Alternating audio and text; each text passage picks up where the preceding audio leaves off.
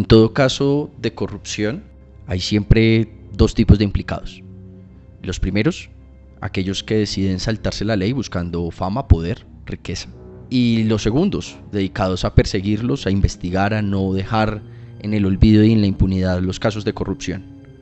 Hoy hablaremos de Agroingreso Seguro, un caso que pasó a la memoria de los colombianos por ser un indignante caso de corrupción ocurrido entre los años 2007 y 2009 bajo el mandato del expresidente Álvaro Uribe Vélez. Lo que prometía ser el programa de inversión del gobierno colombiano para financiar el desarrollo agrícola, para proteger el sector de los impactos negativos del TLC con los Estados Unidos, terminó convertido en la caja menor del gobierno para pagar favores a políticos e incluso a presuntos narcotraficantes que aportaron a la campaña de la reelección del entonces presidente Uribe. Fueron los periodistas José Manuel Reverón y Harold Agüeta quienes descifraron las claves necesarias para comprender el desvío de los recursos públicos. Y su trabajo fue la base de la investigación judicial que llevó a la captura y condena del exministro de Agricultura Andrés Felipe Arias. Reverón comenzó esta historia sin tener ni idea que una simple respuesta a un derecho de petición terminaría reescribiendo el destino del país en su historia reciente. Una prueba más de la esperanza que debemos tener en este trabajo que lucha contra la corrupción, el olvido y la impunidad. Bienvenidos y bienvenidas a Los Implicados.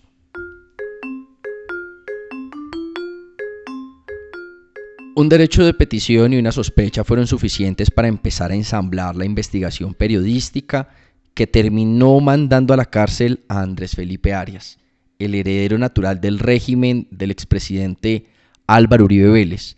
La casualidad es más importante que el consejo y Reverón por casualidad terminó tocando tierra. A ver, déjame, te echo el cuento un poquito de Agroingreso en el tema, para retomar antes de mi gastritis. Cuando yo arranco con la investigación de Agroingreso Seguro, empezamos a surgir, nosotros éramos muy juiciosos y rigurosos en el tema de hacer derechos de petición. Entonces, digamos, estaba como en una reunión muy casual y yo veía que anunciaban demasiado el tema de Agroingreso Seguro. Fíjate que era como la bandera del gobierno Uribe en ese momento. Entonces, cuando arranca la bandera del gobierno Uribe y todo salía que Agroingreso Seguro era la maravilla, que Agroingreso Seguro era que por fin vamos a nivelar el tema con el TLC con Estados Unidos, que lo se ha firmado. Entonces, uno siempre tiene la sensibilidad y el ojo de decir, y detrás de esto, venga, esto está funcionando a las mil maravillas, pero miremos el tema y empezaba a mirar que había unas convocatorias ya de Agroingreso Seguro. Entonces empezaron los titulares de prensa que tú veías, ¿no? Ya hay convocatorias, ellos mandaban comunicados, el Ministerio de Agricultura y tal. En esa circunstancia, Barrero. No, yo. En esas circunstancias, entonces teníamos como un lineamiento, es que tú tienes que hacer como indagar qué hay detrás de, para mirar las cosas. Entonces teníamos como el ejercicio de hacer derechos de petición, que ese es un ejercicio que uno no lo aplica mucho en el oficio periodístico, y es una herramienta jurídica supremamente interesante, importante, y la gente no lo maneja mucho en el oficio. Entonces mandé el derecho de petición al Ministerio de Agricultura sobre el caso de Agroingreso Seguro. Venga, ¿qué ha pasado con eso? Vi que sacaban ya la primera convocatoria, acaban de sacar la segunda, era el 2018, el 2008, perdón, y en el 2008 ya habían sacado la primera convocatoria, que había sido el 2007, y en el 2008 ya habían sacado la primera convocatoria de ese 2008. Y entonces me empecé a pedir como, venga, ¿y en qué va el tema y eso? Y mandé el derecho de petición al Ministerio de Agricultura frente a eso, digamos, sin ninguna prevención, salvo la de mirar pues como en qué iba puede ser una cosa de trámite más, o sea, puede ser como un tema de trámite. Sí, como al final lo mandas a la noticia y esto va bien y mande papeles, si le sirve. Exacto. Okay. Entonces miremos que, y así miramos en los ministerios. Venga, en el Ministerio del Interior escuché que estaban haciendo un tema de estos consejos municipales, porque ellos desarrollan un tema, unos programas en palacios municipales. Venga, ¿y en qué va eso y tal? Y muchas veces cuando tú tienes una entrevista con el funcionario, pues el funcionario te dice unas cosas muy pequeñas y tú quedas ahí pues con la versión oficial, pero pues quería ver la versión oficial escrita sobre el tema que te da más posibilidad de indagar y mirar otras cosas ahí. Entonces cuando se manda el tema mando el tema al Ministerio de Agricultura, me llama la atención que quien me responde el derecho de petición no es el técnico del Ministerio de Agricultura o el funcionario medio del Ministerio de Agricultura o el encargado, sino directamente el ministro. Era importante entonces el tema. Entonces yo dije, es más, yo he mandado el derecho de petición, esperaba la respuesta del derecho de petición cuando me dicen en la sede de la revista, mire, hay una cita, me dice Rodrigo Pardo, María Elvira Samper, hay una cita con el ministro de Agricultura. ¿Tú mandaste el derecho de petición al ministro? Y le dije, sí, claro. Bueno, pues él te viene a contestarte el derecho de petición. Para que no me mande por escrito, para que me contestar. Bueno, está bien. Entonces, mire, no, es que ya llegó, ya está aquí. Y entremos a la oficina, entonces entramos, nosotros funcionamos en la Casa Editorial El Tiempo, que tiene como espacios así similares a este, pues para que tú te reúnas ahí con tus fuentes, y tiene varios, digamos. Entonces, entramos, ayudémonos ahí, y entramos el ministro y viceministro, y miércoles, los dos. Entonces, entran, él dijo, bueno, les voy a explicar, Rodrigo, la cita la había sacado ni que era conmigo, sino con Rodrigo, que era el director de la revista, y pues María Elvira Samper, que era la editora de la revista. Para el año 2008, Andrés Felipe Arias era uno de los ministros con mayor proyección política en el país. Y fue su arrogancia e insistencia de contestar personalmente al director de revista Cambio y a la editora lo que terminaría delatando ese afán por ocultar lo que había detrás de Agroingreso Seguro. La arrogancia de Arias también sería su lastre durante su larga caída. Entonces dije, bueno, entonces nos sentamos en la reunión, así, y el ministro así, un tablero así como el que tú tienes aquí al frente, y empezó a armar Agroingreso Seguro, les voy a contar que es, y contó, nos sentamos ahí, las preguntas, salió, y entonces dijo, mire, yo lo veía quitar, cogía como cada pregunta y respondía. Entonces los convocaba y empezó a explicar cada uno de los puntos que le había hecho, pues en las preguntas que había solicitado que me respondieran a través del derecho de petición. Ahí fue el tema. Terminamos de la reunión. Le dice Rodrigo, ¿alguna duda? María Elvira, ¿no? ¿Usted que fue el que me mandó el derecho de petición? ¿Alguno? Y yo, no, pues inicialmente no tengo ninguna duda, pero sí me gustaría que me diera todo esto que usted dio escrito. No, esto lo tenemos. Se lo trae escrito. Bueno, gracias, tal. Le dije, pero me llama la atención es porque usted, me dije, no, porque es que no necesito que me manden derechos de petición. Yo les vengo a contestar todo lo que ustedes necesitan. Entonces, cuando a ti te venden como exactamente, de transparencia absoluta y evidente. Pero a mí me sorprendió más también que Rodrigo, no, perfecto, no, nos quedó clarísimo, de pronto se habían unas dudas, tú tienes, no, pues, me parece claro, me parece que usted lo explicó bien, y como apenas uno estaba entrando como al tema, entonces pues tú quedaste como, listo, bueno, ok, ya tenemos esto, dije, dije, déjeme mirar esto, si yo tengo preguntas, sí, las que necesites, sí tengo que venir varias veces, vengo varias veces. Cuando una entidad pública no quiere contestar un derecho de petición, una de las estrategias es inundar de información, en muchos casos completamente inútil, para distraer y causar confusión entre investigadores y periodistas. Fue un exceso de confianza de Andrés Felipe Arias lo que terminó siendo su propia trampa. Así comenzó a encontrarse ficha a ficha lo que terminaría siendo el rompecabezas de Agroingreso Seguro. Entonces uno decía, uy, chucha, un tipo tan ocupado ya para venir de aquí a la oficina, trasladarse del Ministerio de Agricultura en el centro a la 26, con tantas ocupaciones que debe tener un ministro en plena vaina para entregar un derecho de petición a un periodista. Y ven, chistoso. Entonces ellos, perfecto. Y yo lo dije ahí también, listo. Estaba hablándote de 2008. Sí. Entonces, pum, me sacó un mamotreto, eso sí, pucha, la política, mejor dicho, todo casi que para quedarme con la versión que él nos mostró ese día en la reunión y desestimular el tema, porque ¿quién se lee con un mamotreto de información? El oficio de investigar casos de corrupción implica seguir el indicio, la corazonada y sobre todo tener la capacidad de ver desde todas las perspectivas posibles los hechos que se presentan ante tus ojos. El exministro se fue hasta la revista Cambio a hablar con el director y la editora con el firme propósito de confundir y desviar la investigación y sobre todo de pasarle por encima al periodista que tenía a cargo la investigación. Pero la suerte ya estaba echada. Pero a mí eso siempre me quedó como cabezón frente al tema. Además, como lo otro que me dio cabezón es, yo decía, ¿por qué no hago la cita conmigo? Si yo fui el que pasé el derecho de petición. Claro. O sea, qué intención de vincular al director, a la editora general del tema, a mí que es el que estoy adelantando el tema.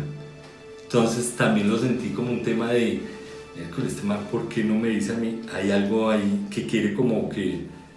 Y hablo con los superiores cuando uno tiene esa versión. Sí, estoy hablando con tu jefe y ya está. Estoy hablando con tu jefe y ya convencí a tus jefes de que esta vaina está bien y que ya.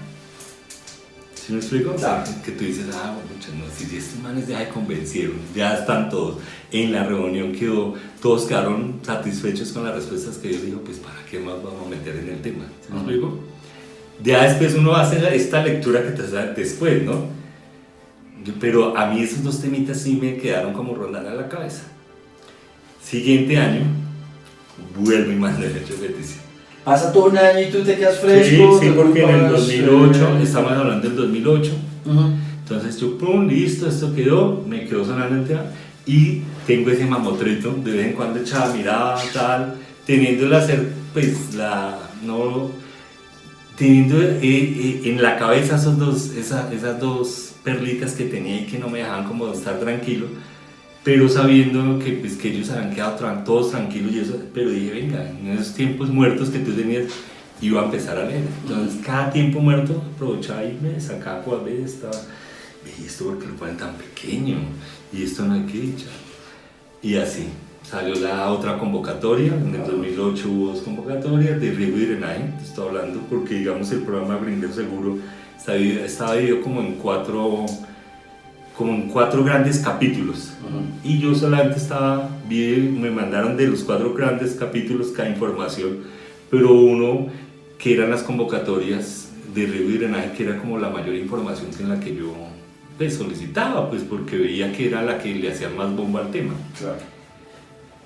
En ese orden de ideas, pues en el 2009 vuelvo y mando mi derecho de petición con una salvedad, que él ya no era ministro de Agricultura. Ok. Y ya empezaba la campaña. Y ya estábamos en plena campaña, ya estaba el tema de que en el ambiente, eso es supremamente importante el contexto, que en el ambiente hay un referendo reeleccionista, de que Álvaro Uribe, pues veníamos como el tema de la IGIS política, empezó a sonar todo el tema de Carimagua, ¿sí? En eso, entonces yo dije, voy a mandar, aprovecho, mándeme, como lo que te digo, como siempre es como la disciplina del tema. Entonces, en esa disciplina del tema, mando ese derecho a petición en el año 2009. Me contestan, como yo soy juicioso en el tema, ya había leído entonces ya tenía como una información más profunda del tema. Entonces ya habías como profundizado en el tema, como lo señalas, entonces mando el derecho de petición del año 2009. En el año 2009 ya recién había salido una convocatoria, entonces yo sabía que dije, acaban de convocatoria, el resultado de la convocatoria, ¡pum! Yo ya tengo los del 2017 y la primera el 2007 y 2008, pero me falta la segunda y tal, entonces les mando igual, lo mismo, y ya profundizo en unos temas. Y ve esto, saca, tal. Y en esa tuvieron ellos el tema acuérdate que habían dos cositas ahí que no cuadraban. En esta respuesta me la mandan como siempre me ha mandado todo lo demás. Claro, ya no estaba Arias de ministro, estaba Andrés Fernández, que era un pupilo de Arias, pero pues no era Arias. Y ya tenía Salazar, que ya acompañó en la primera, entonces ya tenían otras cosas, ¿sí? Ya cambia un poco, entre comillas, los funcionarios, entre comillas, entonces ahí sí me la mandaron me mandaron igual, y ya el tamaño ya fue distinto de letra, entonces ya empecé a comparar. Y dije, venga, aquí me han contestado y aquí ya. Y ahí fue que empecé a armar, digamos, a mirar todo el tema de la información que yo tenía, que ya había leído, y con la nueva información que ellos me estaban mandando en el tema.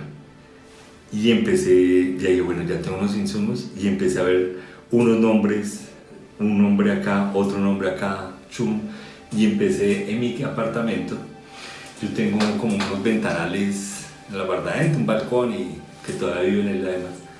Empecé a armar como un árbol genealógico, de lo que tú armas como 100 años de soledad. El método es fundamental para la investigación y la energía de Reverón y su inteligencia le permitió superar los retos técnicos de comprender el caso de Agroingreso Seguro.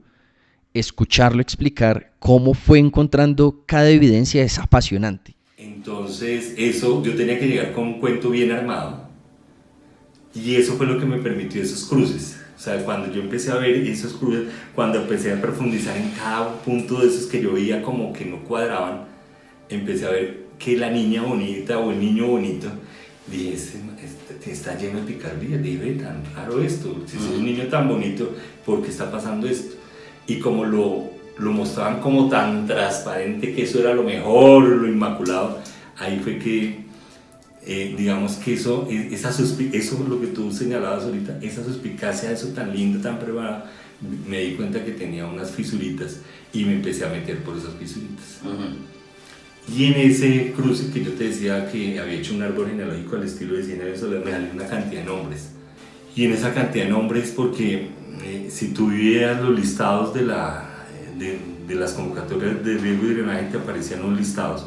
Primero, unos nombres de personas naturales, algunos, pero muchas también personas jurídicas. Y veía que se repetían, digamos, algún nombre, un apellido, decía, este apellido es Vives, entonces iba anotando yo Vives, pero este Vives, no, pero este no es el mismo Vives. De 2008, ¿cuál fue? Vives tal, entonces empecé a hacer, y este Vives. ¿Cuántos beneficiarios tenía el programa entre un año y el otro? Calcula que cada programa presentaban 300 y pico. Ok.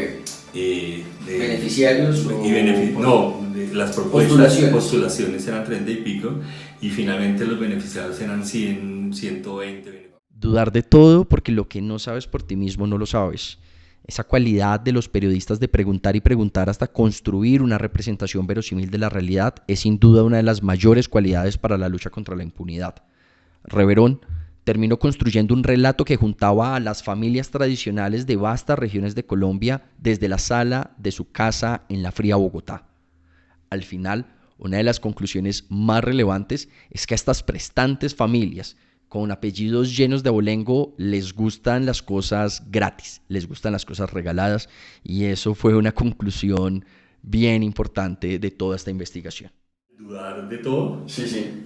Fíjate cómo surgió la situación, porque si de pronto hubiera mandado eso así, sin mayores vainas, no hubiera ido, yo digo, listo, y ya comencé, ya. Pero cuando tú te das cuenta de que cada una de esos nombres se empezó a repetir, cuando tú veías que cada uno de esos proyectos que supuestamente eran beneficiarios tenían como los mismos nombres, cuando tú veías que ya el tema no eran 300, sino de esos 300 sumado otros 300, sumado otros 300, sumados ya eran 2.200. Cuando tú veías que esos no eran sino 4.000 millones, ¿sí? Entonces tú decías, miércoles, y cuando ya no tenías que... Una cosa era el crédito, porque eso, digamos que tenías unos beneficios de crédito, que es DTF menos 2 puntos, era uno de los beneficios. Otros eran unos auxilios basados en que en que tú tenías que devolver una parte o ayudar en el crédito, entonces, pero esto era regalado. Para los amigos todo y para los enemigos ni justicia. Esta vieja frase de un expresidente argentino explica muy bien de qué se trata. Para el grueso de los campesinos de Colombia, el acceso al crédito es una misión imposible y sus industrias y sus negocios tienen graves dificultades para progresar.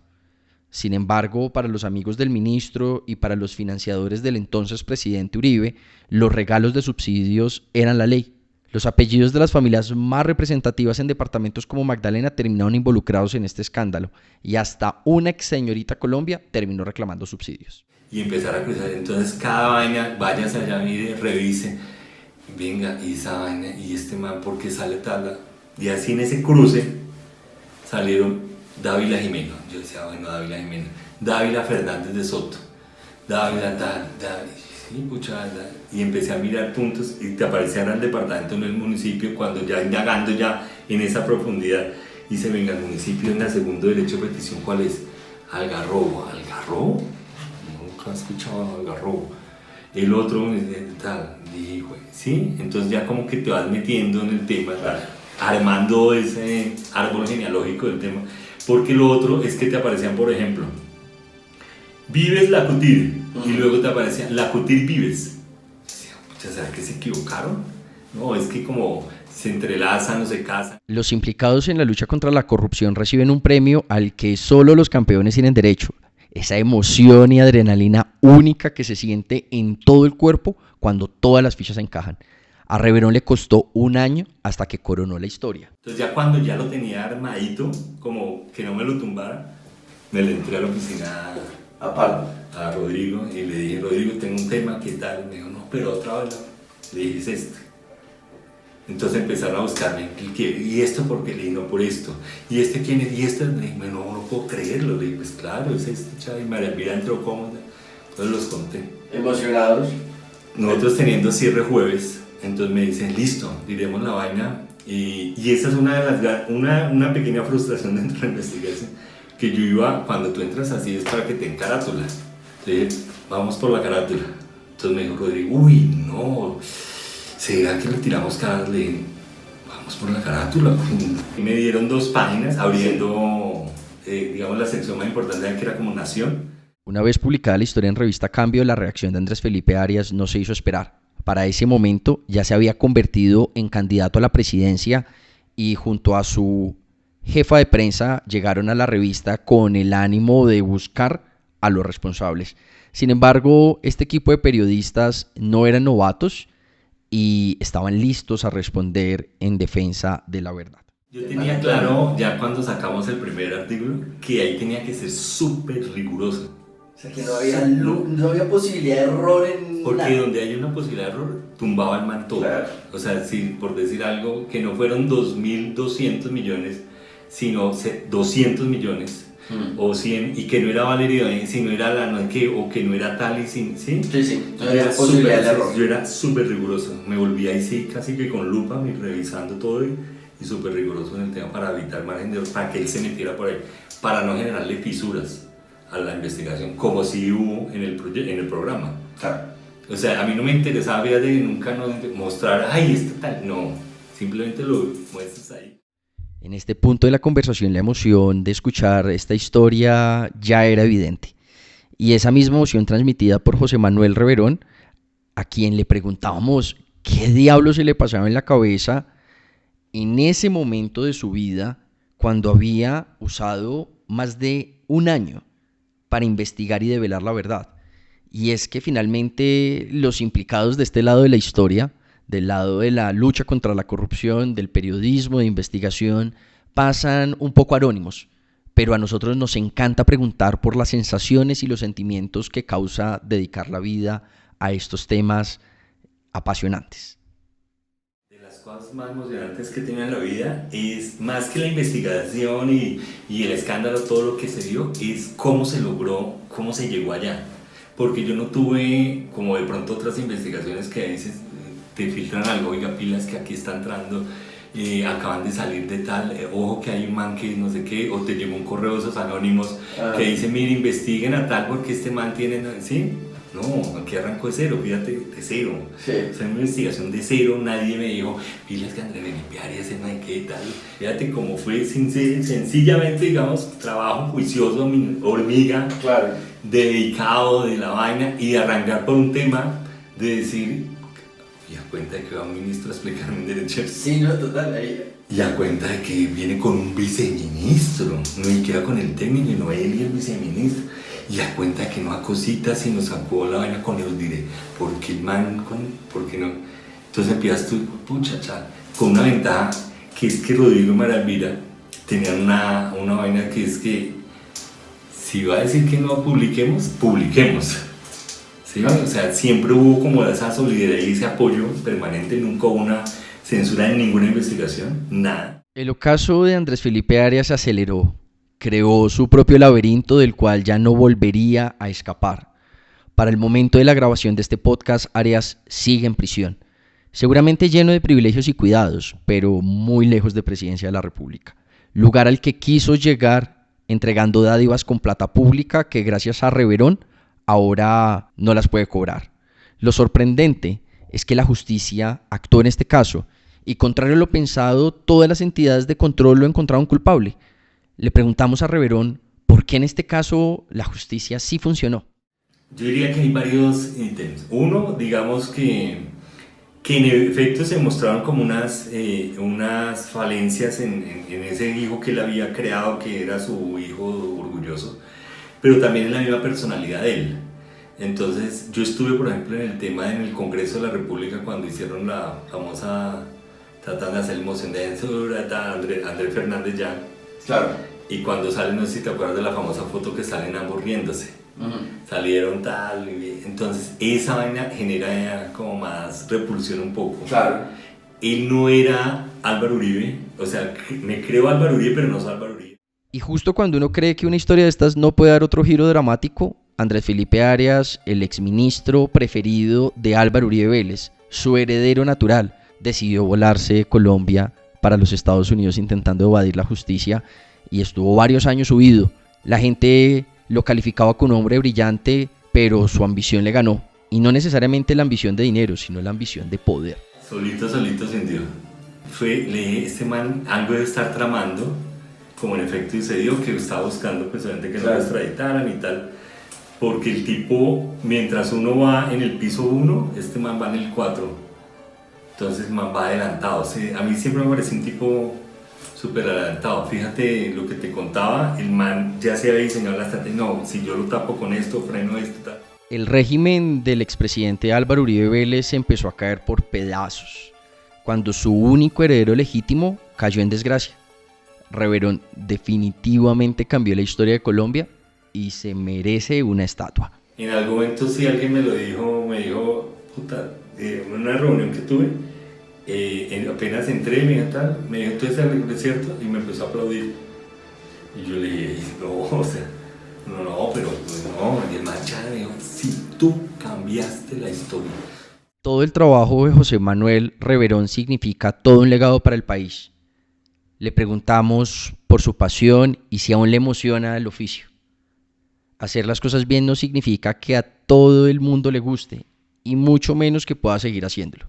Esa fue la historia de Cambio, la revista que hizo todo esto posible. Y digamos que yo me alejé un poquito porque me dolió mucho el cierre de la revista Cambio. Sí. Digamos que cuando tuve la desfortuna, o la poca fortuna, para que no me regañen los lingüistas, pero digamos que tuve la poca fortuna de cerrar la revista. Claro. Cuando cerramos la revista, porque yo soy el último que salgo de la revista, cerrar es un decir porque pues ya me está viendo en el televisor cuando la Corte Constitucional le niega pues el referendo reeleccionista de Álvaro Uribe. La revista, fíjate que cuando yo en diciembre, esto sale en septiembre, octubre la investigación, ya Operación Magdalena, que es la segunda grande que hacemos el trabajo de campo que te mencioné con Harold y todo el equipo, pues sobre todo Harold, y luego vienen las otras dos entregas, tres entregas al final. Entonces uno dice, esta revista, y empiezan otros compañeros a pegar con otros temas y la revista empieza a coger un nombre y tal, me avisan en diciembre, me llama alguien y me dice, venga, toma un café. Voy a tomar el café y me dice él, oiga, me enteré que cambio chao. Digo, ¿cómo que cambio chao? ¿Y cambio chao de dónde? En 2010 Revista Cambio cerró. Esta publicación, que pertenecía a Casa Editorial El Tiempo y a su vez al Grupo Prisa, fue clausurada y con ello uno de los espacios más importantes para el periodismo nacional. Así son las cosas. Terminamos esta conversación con un remate magistral. El que ha dedicado su vida al periodismo nos da una lección de vida y de paso le agradecemos a José Manuel por haber compartido esta experiencia con nosotros. Yo diría que el periodismo como tal es un tema, un oficio que tú lo sientes, digamos que eso es una vaina que no es forzada, que no te pueden obligar a hacer nada, sino que tú lo tienes que sentir porque aquí vas a tener sacrificios fuertes, entonces tú tienes que sentirlo. Es algo que te haga vibrar. Pues yo sé que la gente, uno siempre escoge algo por vibrar. No te va a hacer rico esto, o sea, no vas a tener, tal, y me parece que el deber ser del periodista es, uno sí tiene que estar permanentemente cuestionando todo. O sea, tú no puedes tragar entero. O sea, tú tienes que cuestionar todo. Si a ti te dicen que está haciendo, que no hay, que está lloviendo, tú tienes que verificar si realmente está lloviendo. No tienes que comerte ningún cuento de que si está lloviendo, entonces tú te quedaste con la información, tú tienes que verificarlo. Entonces tienes que al poder, con el poder simplemente no hay que comerle nunca el cuento al poder. O sea, el poder, la gente, uno tiene que ser el fiscalizador del poder. Este fue un capítulo más de Los Implicados, un podcast del Instituto Anticorrupción dedicado a guardar memoria y a traer esas voces de colombianos y colombianas que han dedicado su vida entera para perseguir la impunidad y para traer la justicia a nuestra sociedad.